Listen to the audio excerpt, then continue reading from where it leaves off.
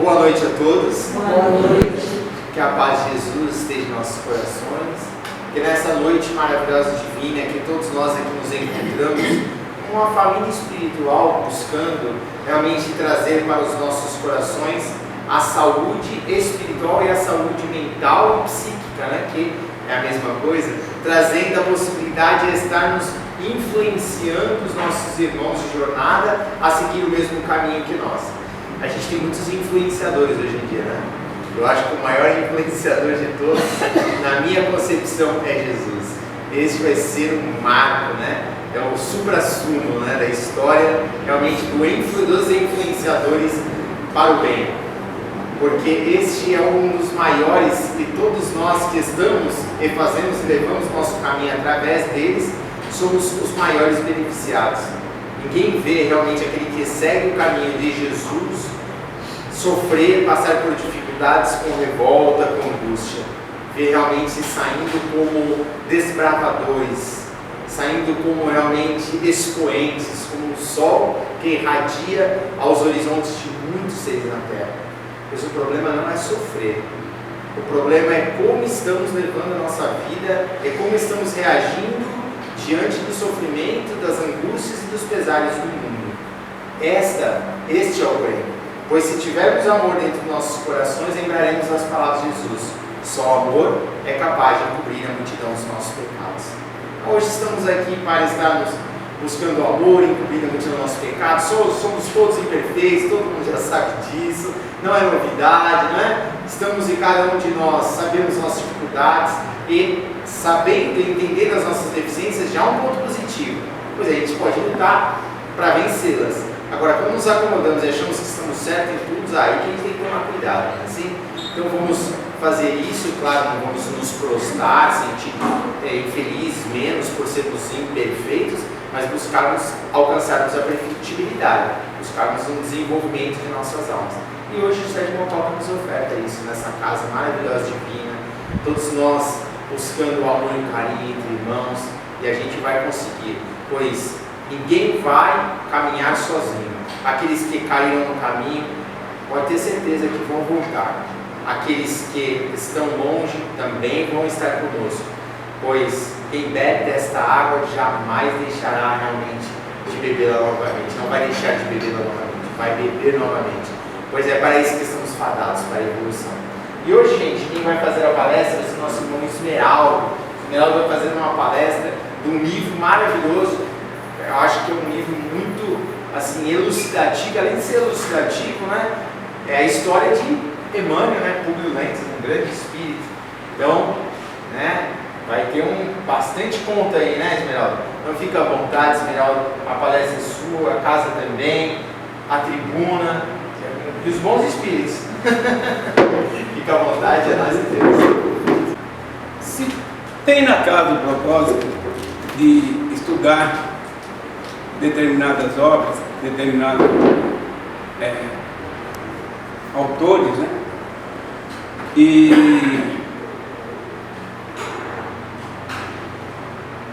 o há 2000 anos está fazendo parte desse compêndio. Aí a Sandra vem falando do Ave Cristo, que é o último da coleção, e até mostrando a nós que o Ave Cristo, por ser o último, se lê os anteriores, quando chega no Ave Cristo, não se chega até ao fim dele. E ela então pegou de lá para cá, mas deixou em aberto para que quem quiser, quem puder, quem estiver interessado, que faça isso dentro dessas obras do Emmanuel. Haja vista, quando a doutora Odair vier, ela vai falar dos 50 anos depois. Gente, e aí vem um outro detalhe: quem pode mais, dá mais. E esse pessoal com um maior cabedal de conhecimento, de cultura, de entendimento, de clareza de mente, quando pega essas obras para falar, fala com uma propriedade que nos é admirável né? Ver e ficar ouvindo e vai por aí afora. Até eu peguei há 2000 anos no audiobook, é alguma coisa assim que, sabe, é uma expressão, nos apresenta um entendimento, uma clareza, a expressão de entendimento que tem o Emmanuel, a grandiosidade da criação, fica assim de uma forma bastante expressiva.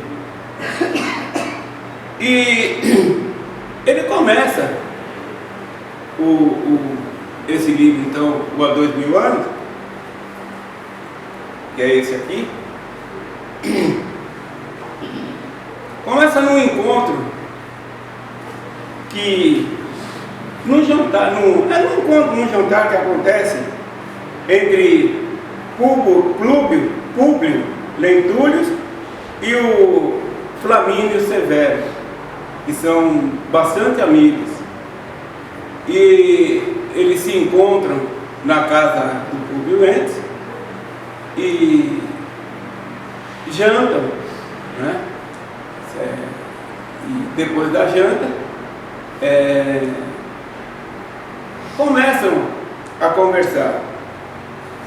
A Lívia vai atender as necessidades domésticas da casa e os dois se retiram por ali numa sala de estar para estarem conversando. E nessa conversação o Flamínio pergunta para o Públio Lentulus como está a filhinha, a Flávia Lentulus.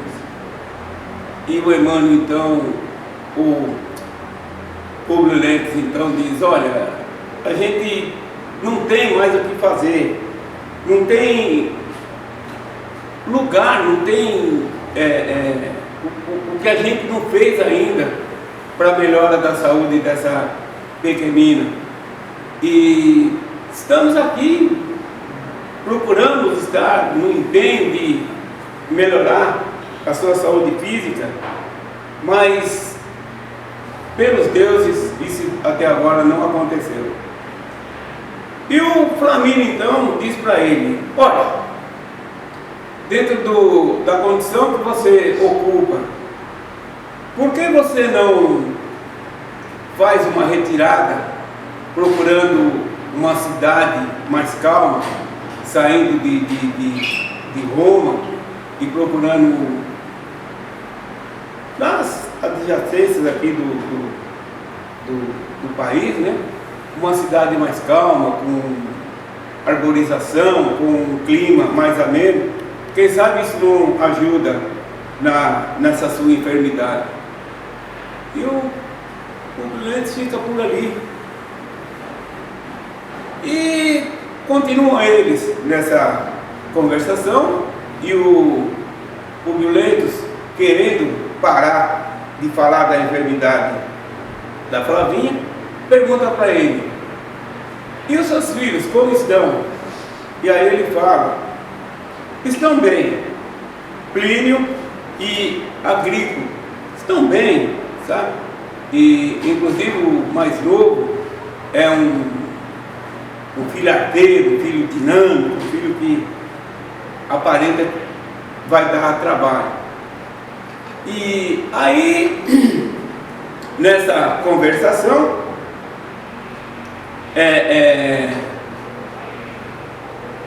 Flamínio diz ao Públio Lentulus: preciso que a Flavinha se restaure a sua saúde, para que um deles a tenha como esposa e estreite, partindo daí, essa nossa amizade, essa nossa relação se tornando família. Aí torçamos para que isso aconteça. E sendo assim, o Públio Lentulus, já que estão ali gozando de momentos, né, agradáveis, conta para Flamínio: olha, você acredita que a gente possa renascer de novo? Aí o Flamínio: não, isso é coisas que, sabe, quem acredita é a pedra, esse pessoal com pouca instrução, isso é uma coisa assim absurda. E aí o Públio Ledes então diz: não, estou te falando isso porque tive um sonho, e narra ao Flamínio esse sonho que ele viveu. E nesse sonho ele era um senador também, e não dava espaço para ninguém, era enérgico ao extremo, vivia um orgulho, uma imposição, uma prepotência. E no sonho ele não aceita a rivalidade, não aceita inimigos, não aceita adversidade. De forma ele não manda que tire a vida. E de alguns inimigos políticos mais próximos, ele manda que tirem os seus olhos na sua frente, para ele ter certeza que tiraram mesmo os olhos desse sujeito. Isso ele mostrando o sonho que ele está vivendo. E o Flamínio está ouvindo, e ele mostra que, e nessa sequência desse sono, ele é levado, depois dessas ações todas, a um julgamento. E sendo levado para esse julgamento, ele percebe a sua dificuldade consciencial. E os juízes então batem o martelo, dizendo a ele que ele vai ter que se reencarnar de novo, e vai ter uma oportunidade nessa reencarnação de se haver com esses seus desafetos, com esse pessoal que ele cometeu essas atrocidades. E nisso ele sente uma mão muito delicada segurando a sua e o conduzindo nesse ambiente escuro, fétido, um lugar bastante difícil. E ele percebe que é a mão da Lívia. Aí ele obedece, né? E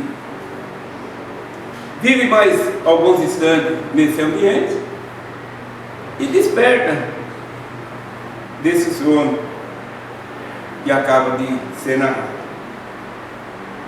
Contando isso para o Flamínio, o Flamínio ouve e, mas isso é uma coisa assim, sabe? Precisa ver o fundamento disso, isso não tem assim uma lógica apresentada. O nosso histórico religioso, a nossa condição de entendimento, não nos leva a situações dessa monta. Daí ele fala para o Flamínio: me acompanhe. E entra numa das salas onde é guardado algumas relíquias da família, algumas coisas que a família tem. E lá tem um busto, e ele mostra para o Flamínio e diz: esse busto, de quem é? O Flamínio diz: esse busto é do seu avô, que morreu há 94 anos atrás. Aí ele fala: é a minha cópia, eu sou a cópia dele. E mostra alguns manuscritos e compara a caligrafia. Não pode ser uma coisa tão patenteada assim, sem uma condição mais aproximada de um fato. E o Flamínio, querendo manter as tradições religiosas que Roma vivia naquela época, reluta em não acreditar, e ele fica, o Violentes, querendo se dobrar a esses fatos que são verídicos à frente deles. Sendo assim, a conversa continua, e o Flamínio então diz para ele: olha, pense seriamente nessa sua mudança, porque veja, você está chegando até a ter esses tipos de pesadelos, é uma coisa assim anormal.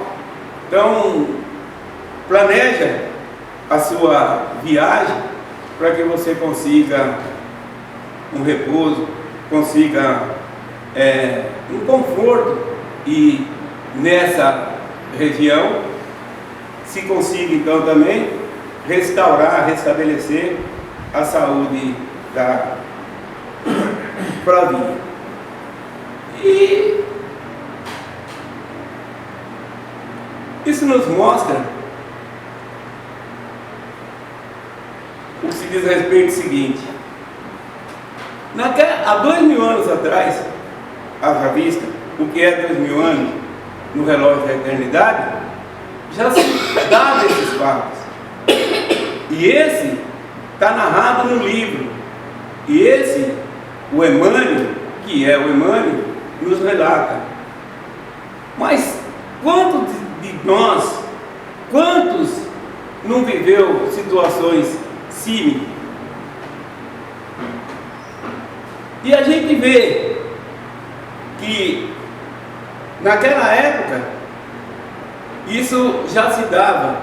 Naquela época os ensinamentos de Jesus já se faziam vigentes, como sempre fez para nós em humanidade. Só que é de lamentar, eu vou dar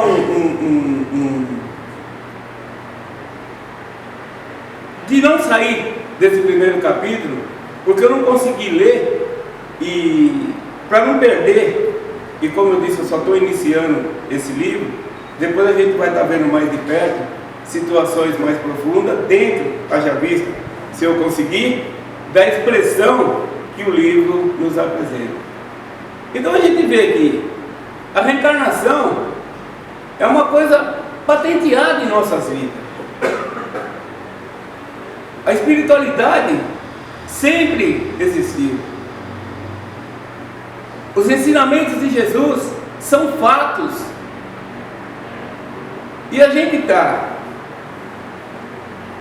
no século 21, né? E ainda nessa condição que nos encontramos, de não se ter para essas lições um entendimento, uma percepção, um olhar mais profundo, uma vivência dentro do que se diz respeito aos ensinamentos do Mestre Jesus.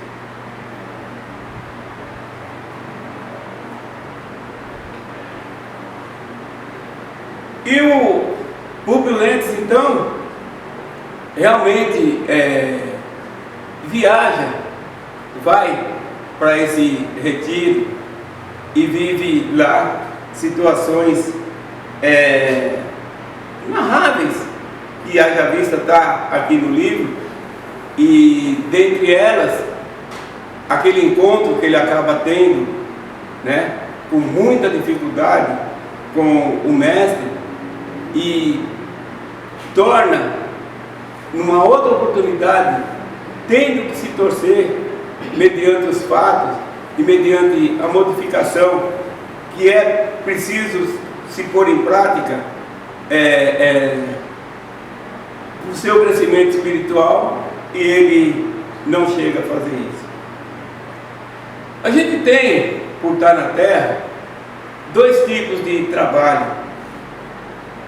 O trabalho material, onde a gente busca na remuneração o sustento dos nossos lares, das nossas contas, para a nossa sobrevivência. E temos então também o trabalho espiritual. E o que é preciso? Que a gente viva o trabalho espiritual com uma maior intensificação, que estando equilibrado, estando vivendo ligado ao alto, as coisas materiais fluem naturalmente. Mas, lamentavelmente, e com esse tempo todo percorrido até agora, a gente está com esse valor invertido. A gente corre atrás dos bens materiais. A gente se desdobra, se desprende, se desgasta, sabe? Não dorme atrás dos bens materiais. Quanto ao trabalho espiritual, a gente sempre deixa para o segundo plano. Haja vista, algumas são as vezes que, estando numa oportunidade como essa que se nos apresenta agora, podendo manter o nosso pensamento elevado, buscar os entendimentos apresentados por Jesus, a gente se faz presente fisicamente, pensando no que vai jantar, pensando no resultado do jogo, lamentando estar perdendo o capítulo da novela, preocupado com coisas que não deveríamos fazer em instantes assim, já que nesse momento estamos voltados a viver um trabalho espiritual. Então, isso acaba nos apresentando uma perda muito grande, mas enorme.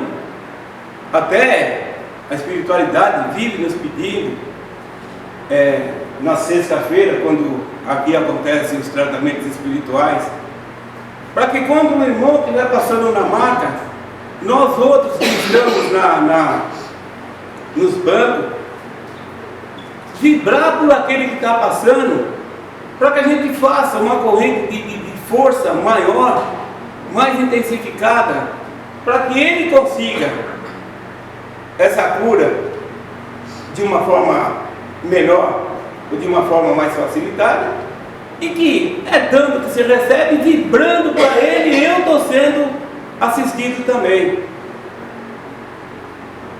Então, esses trabalhos, essas nuances espirituais, é que a gente tem que se atentar mais para elas.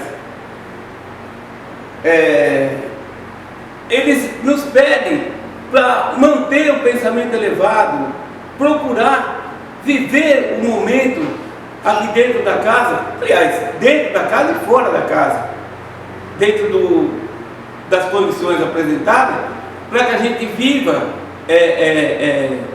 os dois tipos de trabalho. Agora, estando na casa, melhor fica para a gente viver essa intensificação nesses trabalhos espirituais.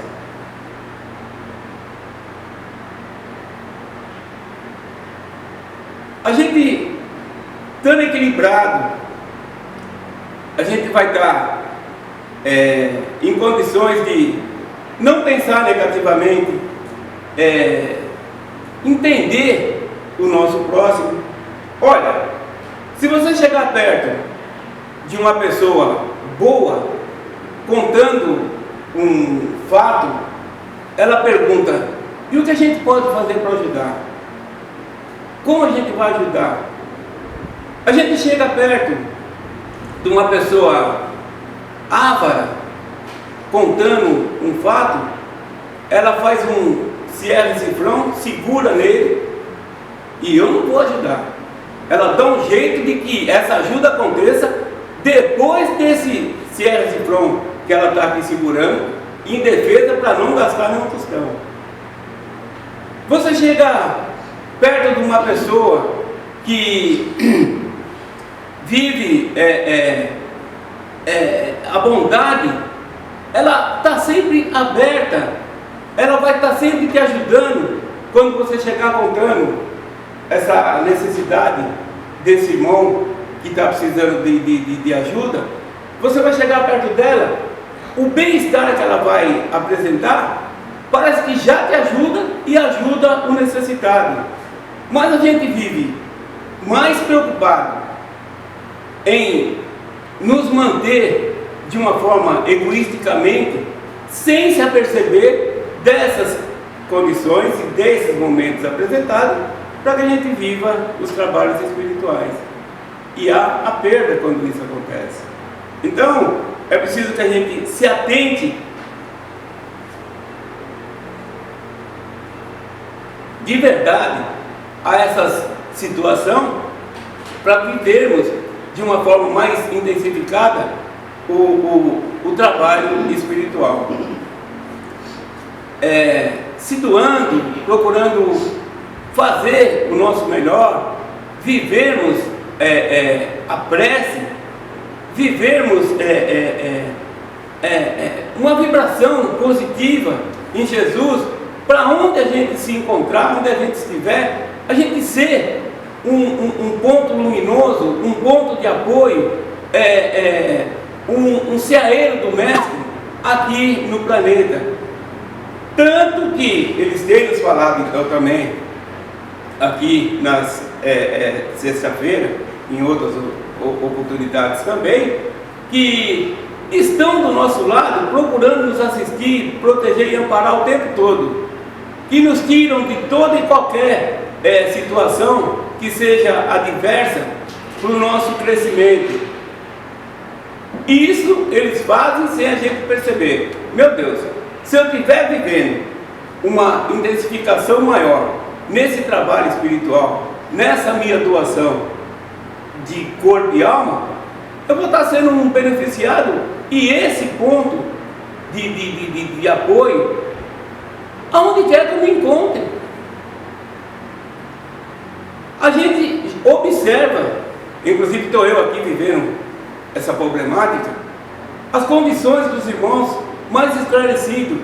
Pega um púlpito como esse e se derrama em conhecimento, se derrama em lições maravilhosas. São condições que eles estão galgando, eles estão conseguindo. E a gente também tem essas condições, mas é preciso que a gente inicie o tratamento, né? A vontade, alimente a vontade e ser sincero em nossas atuações, porque senão não acontece